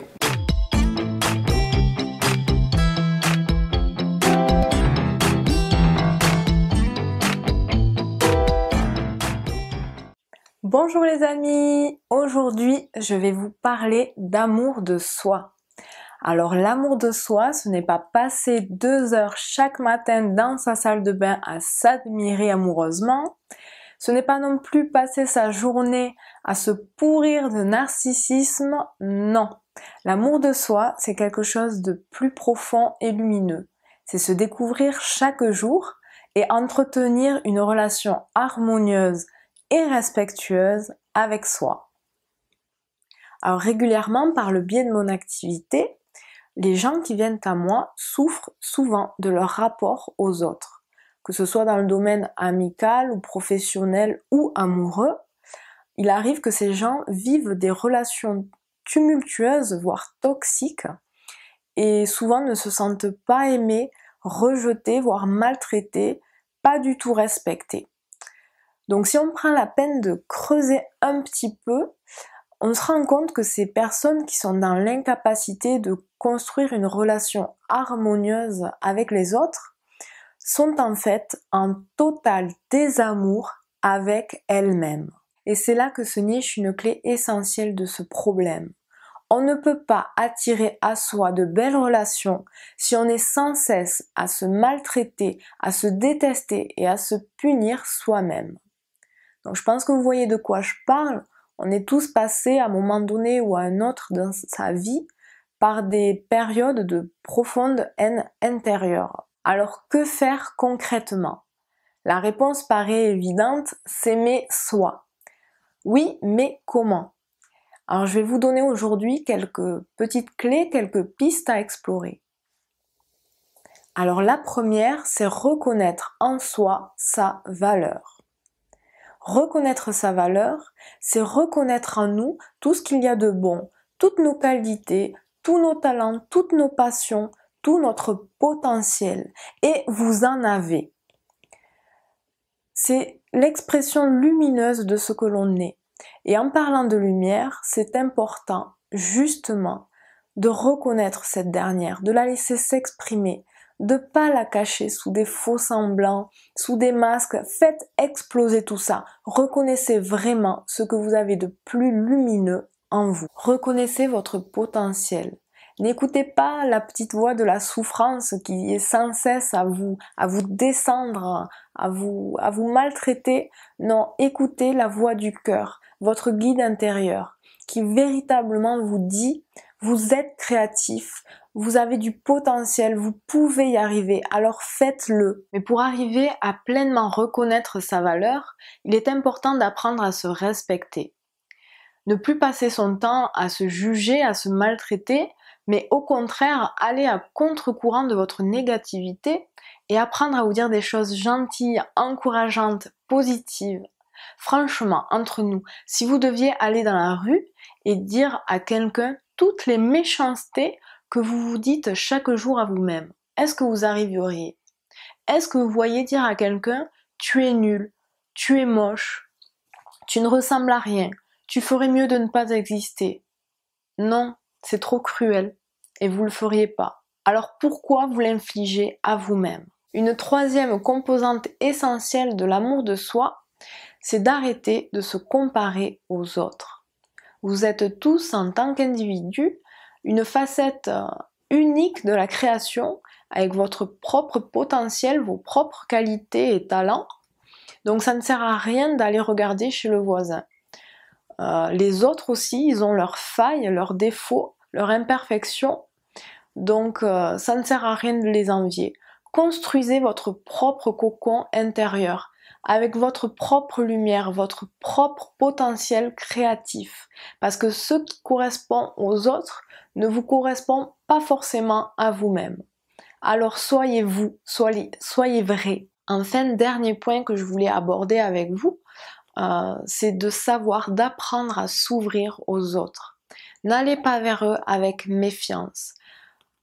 Sachez vous ouvrir, être lumineux dans vos échanges, vos partages, soyez fluide et vous serez apprécié véritablement pour ce que vous êtes. Ces quelques pistes sont là pour vous aider car l'amour de soi c'est une clé essentielle de notre épanouissement. Donc faites-vous confiance et aimez-vous véritablement pour ce que vous êtes, parce que vous êtes tout simplement parfait. Vite fait, avant de nous quitter, je voulais vous lire un petit texte que j'ai canalisé avec mes guides pour l'occasion et qui résume subtilement le message que je voulais vous faire passer aujourd'hui. L'amour de soi est cette capacité précieuse à reconnaître l'être lumineux qui nous anime, à le faire vivre, à le laisser s'exprimer à travers nous, à le rendre maître de notre bonheur tout entier. Ce n'est pas une question d'image ou de narcissisme, car quand l'amour de soi est là, qu'importe votre apparence, elle irradie elle-même en vous et en dehors de vous, pour toucher le cœur et l'âme de ceux qui vous entourent. Ils ne voient plus alors l'image du miroir, mais la quintessence même de ce que vous êtes en vérité. Et cela les inspire à reconnaître en eux leur propre lumière. Soyez bon avec vous-même, soyez reconnaissant envers vous-même.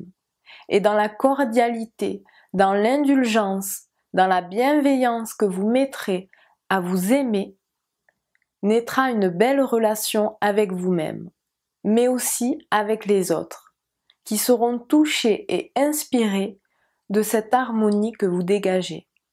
Alors soyez vrai et aimez celui ou celle que vous êtes en vérité. Voilà les amis, je vous retrouve maintenant le mois prochain et en attendant, aimez-vous. Merci Marie.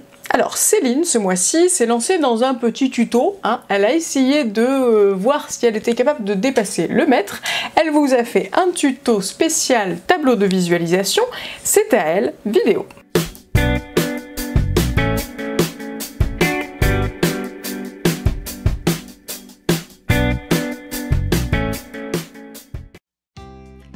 Bienvenue pour ce deuxième épisode de l'aventure intérieure. Aujourd'hui, je vous ai préparé un petit tutoriel sur le tableau de vision. Mais qu'est-ce que c'est donc le tableau de vision? C'est un excellent outil pour vous aider à concrétiser vos rêves et à atteindre vos objectifs de vie. Et dans ce tableau de vision, on y met tout ce qu'on veut être, acquérir, améliorer, voir arriver dans sa vie et autour de nous, famille, monde. Le simple fait de rassembler des photos vous aide à aligner votre vibration sur votre désir. Après tout, vous ne savez peut-être pas en détail ce que vous souhaitez obtenir ou comment vous allez permettre à votre souhait de venir à vous. Créer un tableau de vision, c'est un peu comme placer une demande à l'univers, le Seigneur, les bisounours, la source, peu importe ce en quoi vous croyez. Ensuite, tout ce que vous avez à faire, c'est de permettre à l'univers d'y répondre. Cela ne signifie pas que vous ne réalisez pas d'action. Soyons d'accord. Vous devez être toujours prêt à bondir sur les opportunités que l'univers vous apporte. Vous devriez toujours être en mouvement dans la direction de vos désirs. Vous ne pouvez pas simplement vous asseoir, contempler votre tableau de vision et attendre qu'une voiture soit livrée devant votre porte. Petite mise en garde quand même. Soyez en accord avec vous-même et prêt à accepter toutes les conséquences de la réalisation de votre demande. Par exemple, vous voulez vraiment un enfant ou avez-vous juste pensé que vous êtes censé avoir un enfant maintenant, etc. Vous voulez vraiment une Porsche ou vous préférez dépenser cet argent dans l'apport de l'achat d'une maison? Vous voulez vraiment une bague en diamant ou vous voulez juste vous sentir aimé pour vous? Et il est important que vous vous assuriez que tout ce que vous mettez sur votre tableau de vision correspond à quelque chose que vous désirez vraiment et que cela corresponde vibratoirement avec votre moi profond. Bien sûr, au préalable, il vous faudra faire une liste précise de ce que vous souhaitez, tout domaine confondu.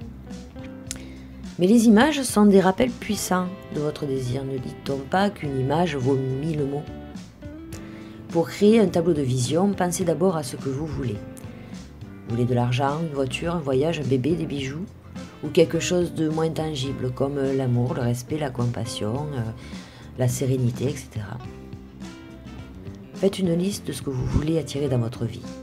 Elle peut être matérielle, émotionnelle, spirituelle, toutes catégories confondues.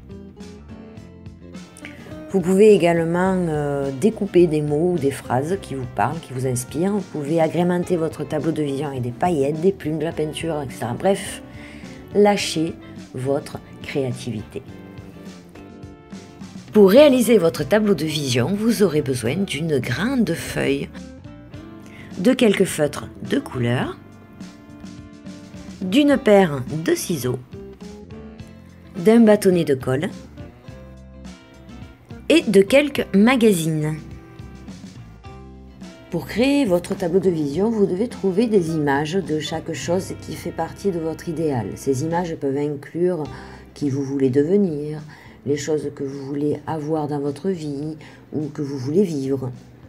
Des images représentant des sentiments que vous voulez ressentir, des images d'abondance ou de quoi que ce soit que vous voudriez voir arriver dans votre vie. Sélectionnez et découpez à présent les images, mots ou phrases qui correspondent à vos désirs. Vous pouvez trouver ce type d'images dans les magazines, dans les catalogues de voyage, sur Internet. Vous pouvez même prendre vos propres photos ou imprimer des images depuis votre ordinateur.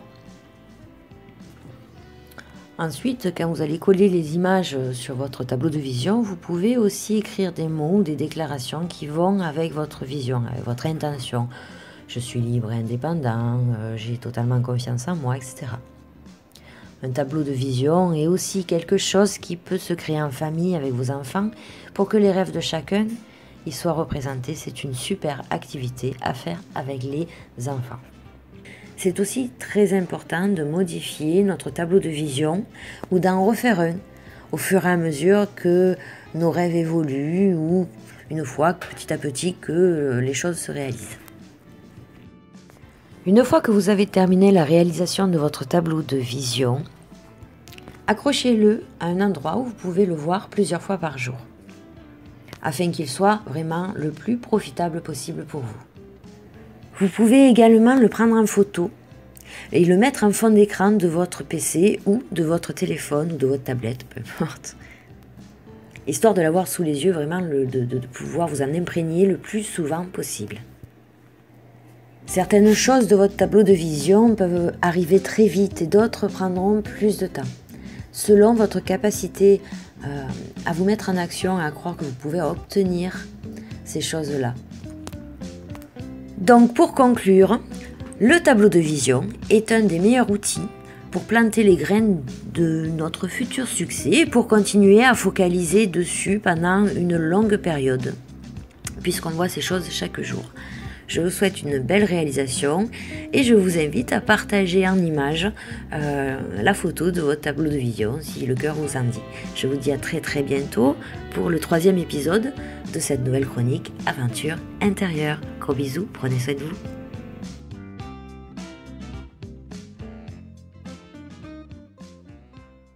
Que la force soit avec toi, à jamais. On continue maintenant dans le mode tuto. Je vous ai fait un petit tuto pour apprendre à faire votre lessive à la maison, et puis du détergent en plus, et puis une autre lessive, et puis aussi pour vous apprendre à utiliser les noix de lavage. Je suis paratasse, vous commencez à me connaître. Vidéo. Aujourd'hui, dans ce nouveau tuto écolo, nous allons réaliser de la lessive maison en 3 façons, ainsi qu'un détergent. Tout d'abord, à l'aide de noix de lavage que l'on trouve en magasin bio. Glissez vos noix légèrement ouvertes directement dans la machine à laver à l'aide d'un petit sac. Ajoutez de l'adoucissant écolo. Voilà, parfait pour les lessives peu sales à faible température. Ensuite, la lessive maison. Vous aurez besoin d'un faitout, de 150 g de savon de Marseille, d'un litre d'eau, de 150 g de cristaux de soude, de bicarbonate et d'huile essentielle. Portez à ébullition le savon et l'eau. Voilà. Ajoutez les cristaux de soude, touillez. Ajoutez ensuite le bicarbonate, touillez encore. Ajoutez ensuite 20 gouttes d'huile essentielle ainsi qu'un autre litre d'eau. Mixez si besoin. Pour faire de la lessive liquide, versez 3 louches dans une bouteille à l'aide d'un entonnoir. Burk. Complétez avec de l'eau. Agitez. Voilà. Versez dans le bac à lessive. Ajoutez de l'adoucissant. Faites tourner le linge à 40 degrés. Pour une lessive plus concentrée, conservez la préparation initiale dans un bac. Voilà. Vous pouvez l'utiliser tel quel, directement dans le tambour de la machine. C'est parfait pour les lavages à plus forte température. Le détergent maintenant. Pour vos vaisselles et petits nettoyages du quotidien, utilisez des noix de lavage. Concassez à l'aide d'un torchon et d'un marteau. Retirez les graines. Faites bouillir avec 4 verres d'eau. Puis laissez cuire à feu très doux pendant 20 minutes. Stockez dans une petite bouteille. Agitez. And voilà! Alors, qui va se lancer? Vous m'en direz des nouvelles. Dites-nous vos réussites et vos ratés dans les commentaires en dessous de cette vidéo là, et cliquez sur les pouces. Saïda, maintenant, va nous expliquer les émotions d'un point de vue bouddhiste. Ça fait pas de gong en fait. J'ai pas d'assistante pour aller le chercher, je peux pas bouger. Sinon ça va tout changer mon cadrage. À toi, Saïda.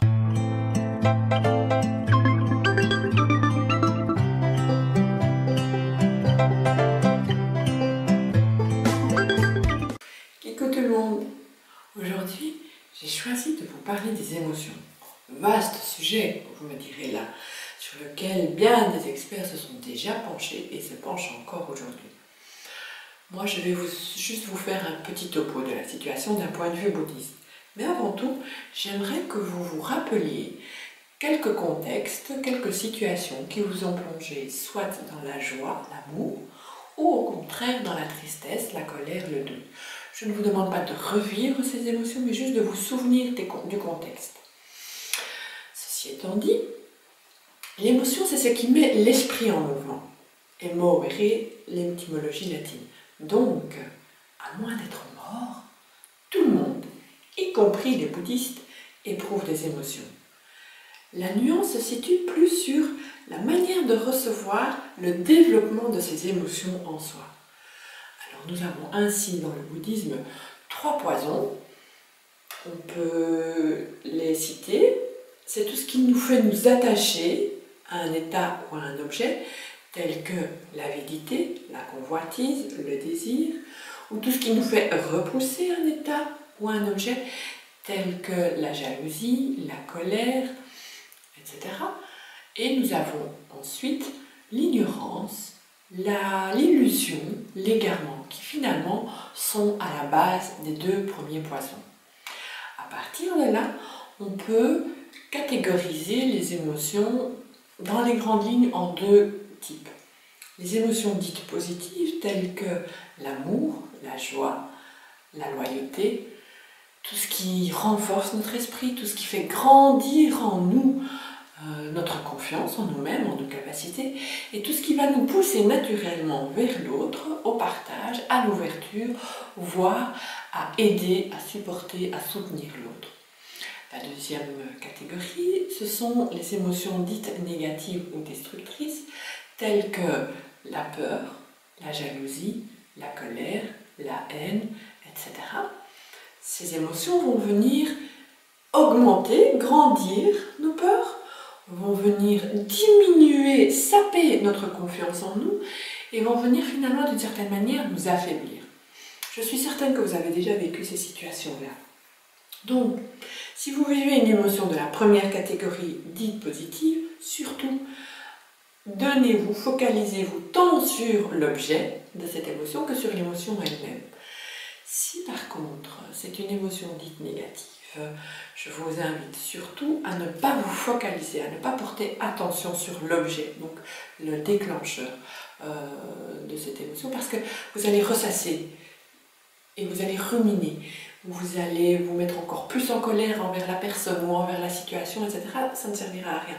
Par contre, essayez d'observer l'émotion en tant que telle et puis de la laisser passer. L'observer pour, d'une certaine manière, repérer les déclencheurs de cette émotion.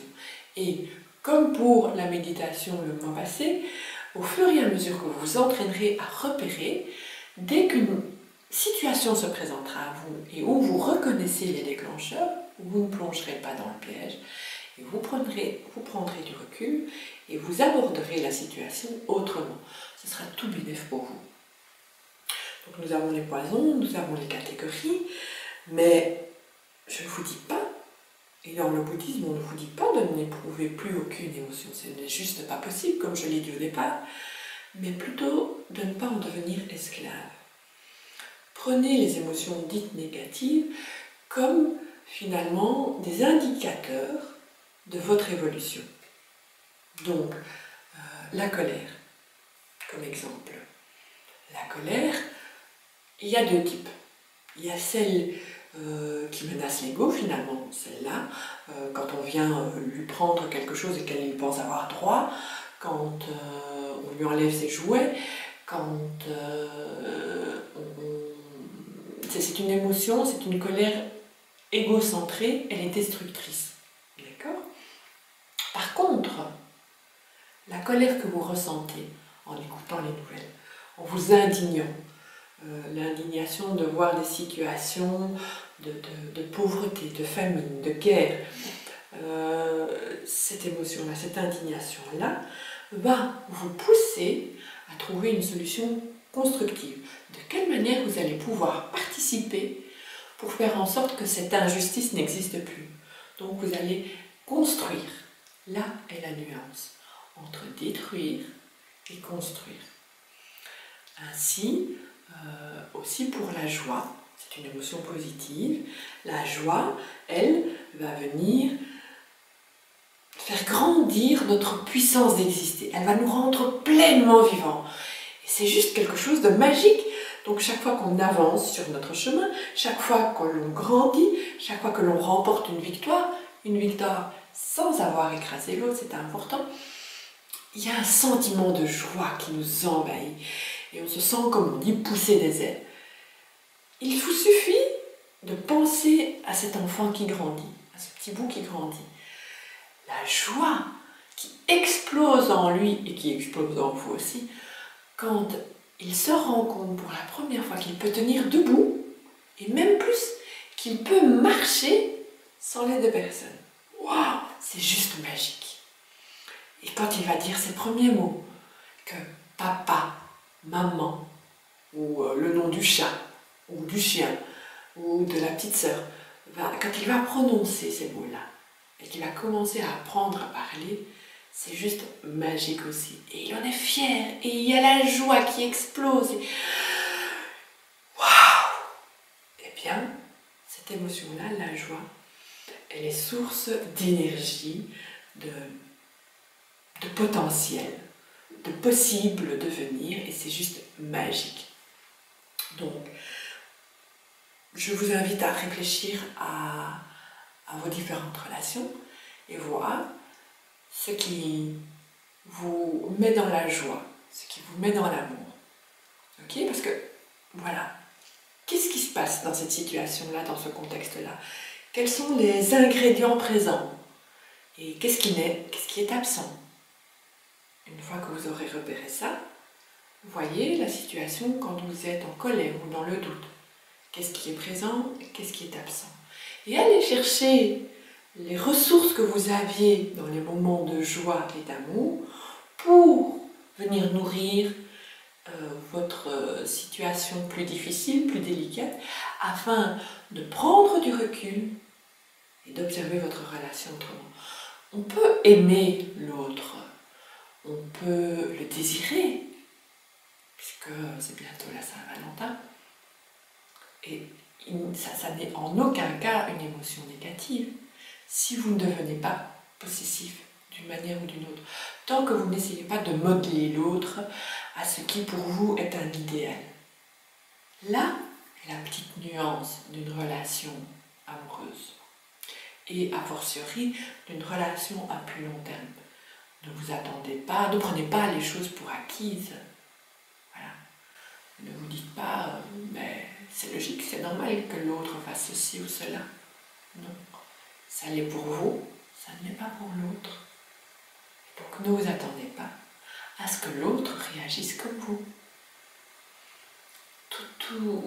Tous les conflits émotionnels naissent des attentes, des projections que l'on met dans l'autre. Toutes ces émotions, et une fois que ces émotions négatives sont en nous, apprenons à prendre du recul en pensant à ces situations positives pour voir les choses dans leur ensemble. Encore une fois, dans le bouddhisme, c'est la voie du cœur. Quand on prend les émotions comme finalement indicateurs du chemin à suivre. Donc là, comme petit exercice pour clôturer, j'ai envie de vous demander qu'est-ce qui vous trouble le plus facilement, qu'est-ce qui vous met en colère et qu'est-ce qui vous met en joie, quelles sont vos émotions d'enfant et dans ce contexte-là, quelle rencontre vous a marqué. Et puis, d'une certaine manière, même si nous ne sommes pas encore éveillés, qu'est-ce qui vous manque pour être totalement maître de vos émotions? Encore une fois, maître pas dans le sens de contrôler, diriger, etc., mais plus pour avancer, grandir, partager et s'ouvrir. Donc, je vous souhaite tout plein d'amour envers vous-même d'abord. Et puis, bye bye! Merci Saïda. Dernière petite chronique maintenant, c'est Céline Alvarez qui nous a fait cette deuxième partie tant attendue sur les croyances. Faut que j'arrête. Je sais pas ce que je prends là, mais faut que j'arrête.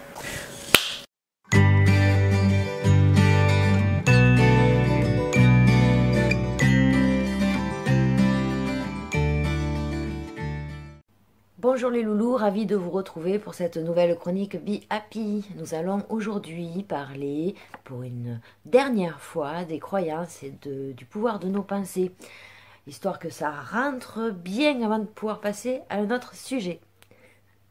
Nous avons vu dans les précédentes chroniques Be Happy et dès celle de septembre comment fonctionnait notre conscient, notre inconscient, comment fonctionnaient nos pensées, nos croyances.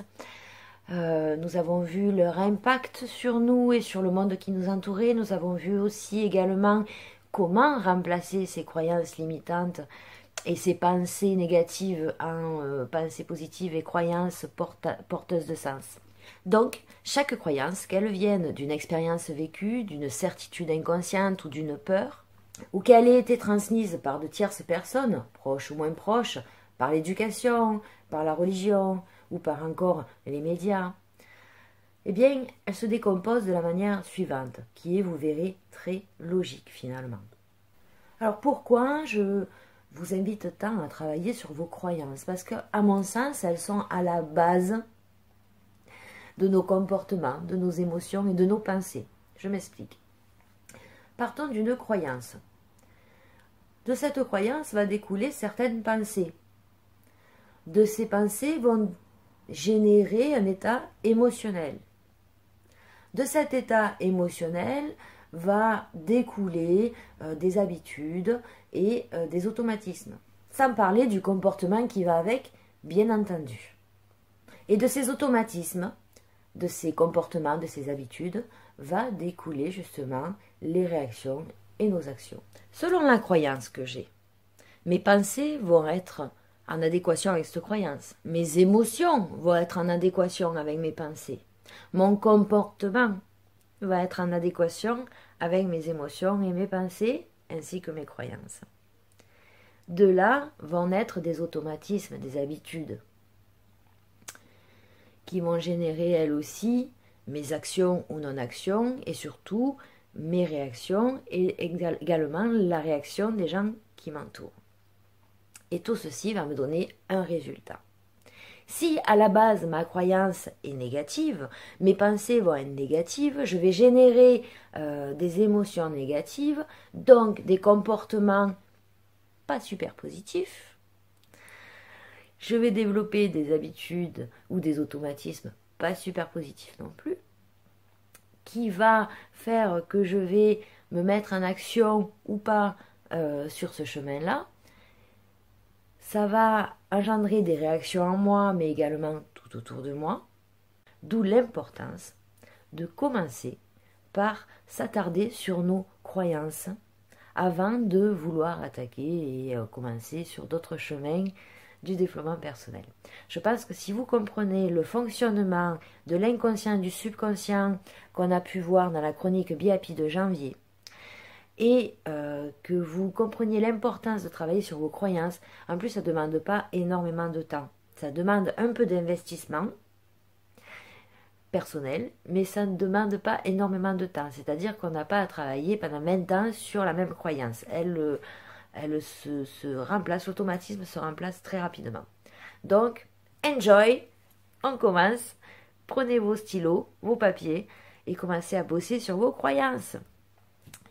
Et tout ceci, c'est sans compter sur le côté énergétique de la chose.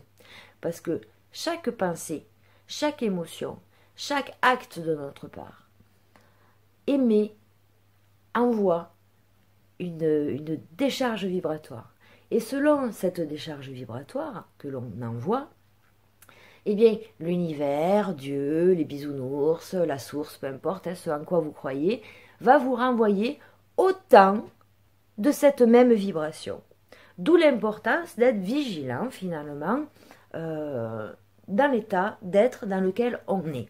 Oui, alors vous me direz, je ne peux pas non plus toute la journée, à chaque instant, faire attention dans quel état émotionnel je suis, quelles sont les pensées qui me traversent l'esprit là, maintenant.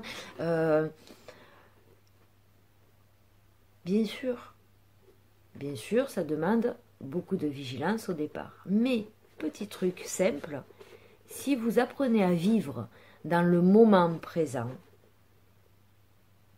vous serez suffisamment attentif justement au comportement que vous avez, à l'émotion que vous ressentez, aux pensées que vous avez et aux paroles que vous prononcez. Parce que les mots aussi ont énormément de poids vibratoire. Donc toi qui as envie d'une vie plus épanouie, d'un mieux-être général ou d'une maison au bord de l'eau, commence par, petit 1, faire le tri dans tes croyances. Deuxièmement, repère celles qui actuellement te plombent, te portent défaut.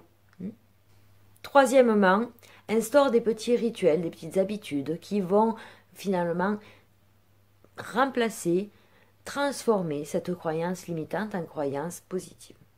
Bien sûr, une chose à la fois, je le répéterai jamais assez, c'est hyper important.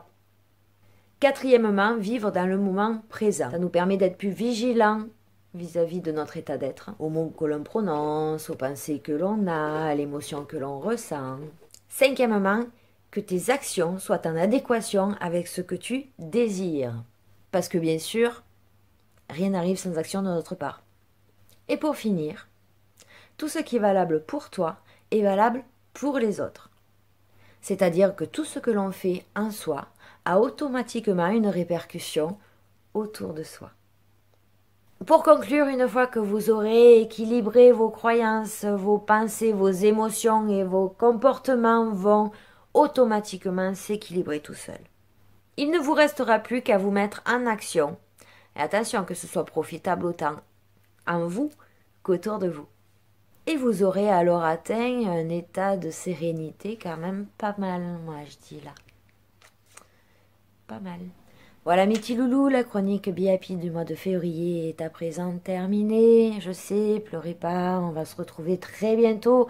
Chronique du mois de mars, je pense que ce sera sur l'auto-sabotage, mais je sais pas corps, selon l'humeur du moment. Je vous fais plein de gros bisous, prenez soin de vous et surtout à très très bientôt. Et on finit ce Akasho en beauté avec le montage d'Edith qui, heureusement qu'elle a fait le montage de cette Akasho Dance parce que franchement moi j'étais partie sur un truc hyper méga compliqué avec des milliards d'images sur la même image et si elle n'avait pas pris le relais pour ça je crois que j'aurais plus du tout de cheveux à l'heure actuelle. Donc merci Edith pour ça, tu es un ange, heureusement que tu es là dans les coulisses et dans le groupe avec nous et que tu nous sauves les miches à chaque fois parce que voilà, on s'en sort plus, heureusement que tu relèves un peu le niveau, surtout le mien, voilà, donc merci Edith. On passe tout de suite le montage de cette Akasho Dance et vous avez été quelques-uns à nous envoyer des vidéos et à oser vous montrer pour gagner le gros lot du Akasho. C'est parti, vidéo Akasho Dance. La Akasho Dance, c'est parti.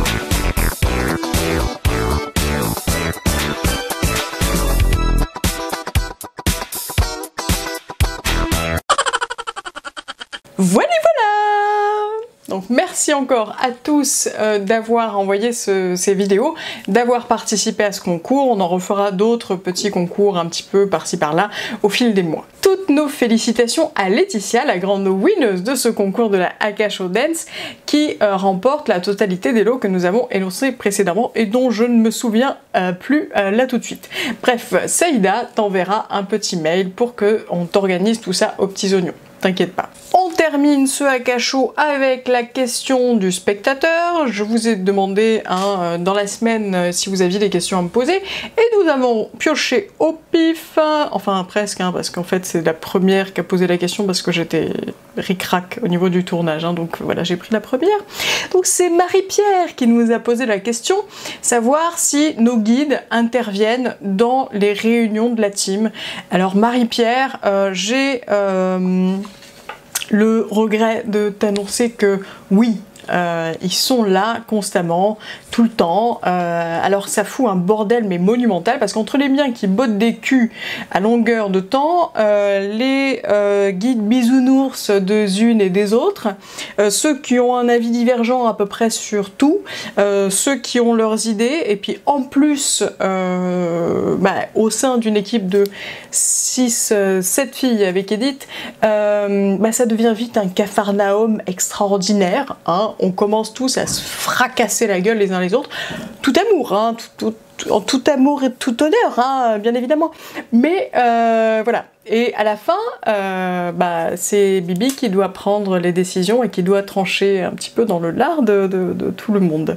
Des guides y compris, hein, pour que ce show ressemble quand même un petit peu à quelque chose. Hein, voilà, c'est ça. En fait, the producer is producing, you know. Parce qu'il faut savoir que pendant les Skype de la team, on passe de chialade, de grands moments de chial, à des trucs de pouf, genre l'épilation définitive. Lors du dernier Skype, je crois que c'était les strings, en passant par l'huile de figue de barbarie, ce genre de trucs. Hein, donc.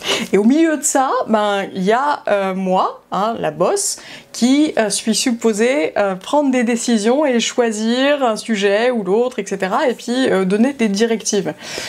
Autant vous dire que c'est assez compliqué, hein, autant vous dire que je perds beaucoup de cheveux, hein, j'ai un petit peu de mal des fois. Alors des fois je mets mes tiags et puis je distribue des coups de pied au cul. Je vous jure que je vais bien, hein, je vous jure que je vais bien, hein, je maîtrise tout ça parfaitement. And voilà! Ce Akasho 6 est maintenant terminé. Pensez à cliquer sur les pouces, à mettre des commentaires en dessous de cette vidéo, à nous partager vos petites idées, etc. ou vos suggestions de chroniques. On se fera un plaisir de tout lire et puis de répondre. Enfin, surtout Laurie, en fait, parce que Laurie, elle a la punchline sur les réseaux sociaux et sur YouTube. Elle répond aussi vite, plus vite que mon ombre, en fait. Et c'est fou, quoi. C'est comme une puce. Elle se balade de commentaire en commentaire, je vous jure, c'est la lue, quoi. C'est Laurie, hein. Super Wonder Woman. Je ne sais pas comment elle... Voilà, bref. Ce gros délire de présentation du Akasho est maintenant terminé. Vous pouvez vous rendormir. Nous vous souhaitons à tous une bonne Saint-Valentin. Ne vous lamentez pas trop. Et puis, on vous fait de gros bisous. On vous kiffe, on vous aime, j'aime ma team, j'aime tout le monde. Sauf mon assistante qui m'a lâché. Voilà. Bonne soirée. À bientôt quelque part, mes poulets.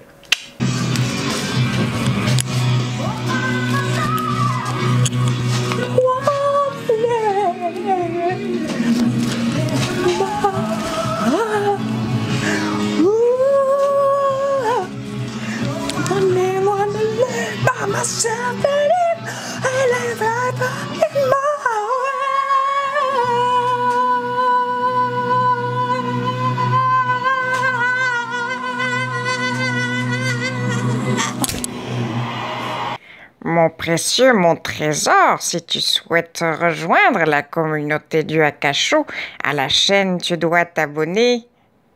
Petit hobbit joufflu.